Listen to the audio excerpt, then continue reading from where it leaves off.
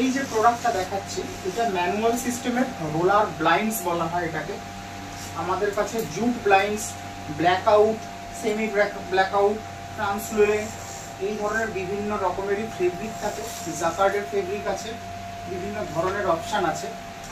এখানে দু রকম সিস্টেম আপাতত আমরা দেখাচ্ছি, যেটা হচ্ছে এই রোলার ব্লাইন্ডসটাতে দেখা যাবে ওপরের পাইপটা দেখা যাচ্ছে।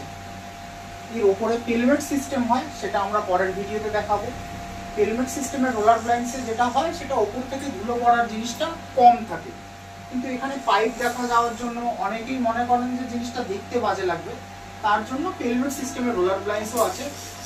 এই জুট সিস্টেমের রোলার ব্লাইন্ডস মূলত ব্যালকনিতে লাগানো হয় না, মূলত খাবার table, dining room, dining passage যেখান থেকে আলো আসতে চাইছেন এবং যখন হাওয়া আসে এখান থেকে জুট ব্লাইন্ডস থেকে, তখনকার ক্ষেত্রে একটা কুলেন্ট হয়ে হাওয়াটা আপনার ইনসাইডে আসবে।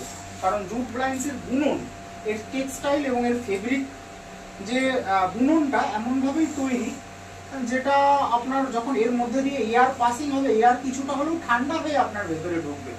এয়ার ফিল্টার ব্লাইন্ডস এটাকে বলা হয় জুট রোলার ব্লাইন্ডস। পরের ভিডিওতে আমরা আরো ব্লাইন্ডস দেখাচ্ছি।